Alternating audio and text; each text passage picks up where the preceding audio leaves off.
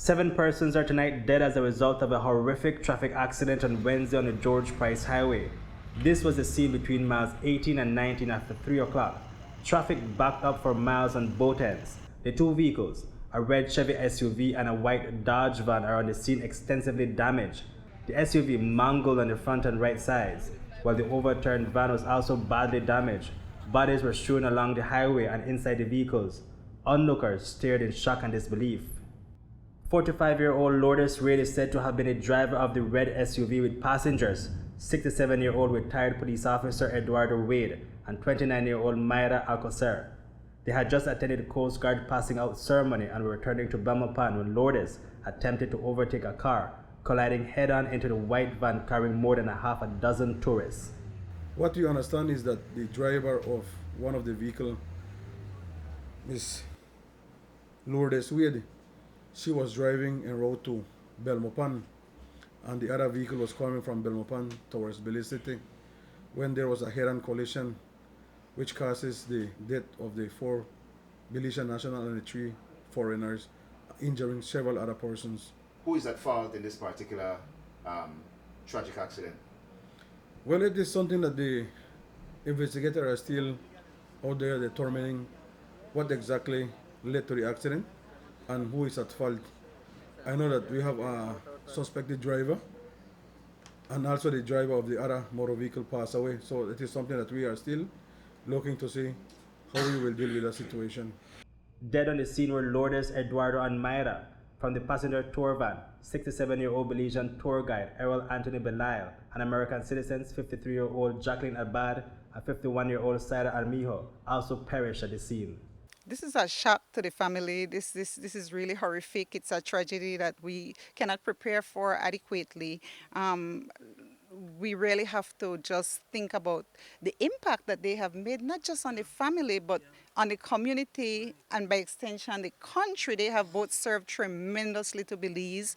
Lourdes is I call her a perfect blend between her mother, who was so compassionate, loving, and kind, and her father, who was more militant and disciplinarian, and that really produced a very strong character in Lourdes, but well balanced. Edwardo was a respected father, husband, a community person, but more importantly, as his role as the former Assistant Commissioner of Police, he was well respected by all ranks in the police department, and that same level of respect he takes into his home and his community. Yes, he was a retired police officer, but he's still one of us.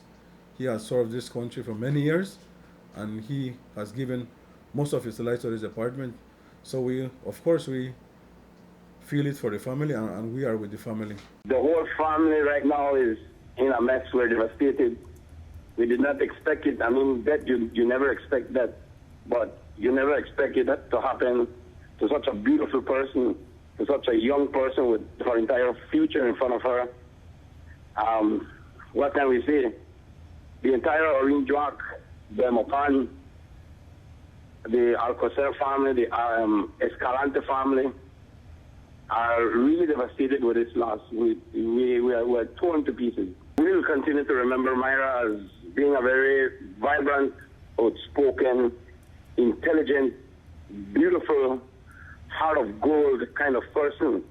Because she was small in body, but she was big in heart. She was the life of the party. She always used to lend a helping hand. She was willing to listen to you, speak to you. She kept unity within the family. Errol Belisle was a well-known tour guide and was behind the wheel of the white van. He was a man of discipline. That's the first thing. He was a man who didn't tolerate a lot of crap, as so to speak. Errol had gotten an accident about 2-3 years before. We're in the same line, but that didn't keep Errol down. He was a hard worker. He is an honest person. And for us out here, we feel it a lot for Errol. Although he was working for one of the companies on the inside at the time of his death yesterday, he was still a member of any one of the associations on the outside. So he is well known. Several other persons were also injured, including 41-year-old Maribel Navarro, 27-year-old David Armijo, 37-year-old Tecno Paniarat, 49-year-old Anita Manugala, and 53-year-old Sedhar Manugala, all American tourists. A third visitor is said to have succumbed this morning while receiving medical attention. Rushing the injured passengers to the hospital proved difficult for authorities. You know, the police procedures that police are out there forcefully to protect and preserve life. So the first thing that the police did was try to rescue those who were still alive and ensure that they are transported to the hospital. Because of the amount of vehicles that were there blocking both sides of the highway and the amount of police, it was highly impossible for the police to clear all the vehicles at the same time, because as the time went by, more and more vehicles were just added to the line of vehicles that were coming to Belize City and going out of Belize City, causing a massive blockway on the highway. The Belize Tourism Board today sympathized with the victims' families, saying it expresses its deepest condolences to the families of the Belizeans and tourists who perished, and praying for the quick recovery of those who were injured in the accident. The U.S. Embassy in Belize is working to provide support to the American victims and their families. Reporting for News 5, Hipolito Novelo.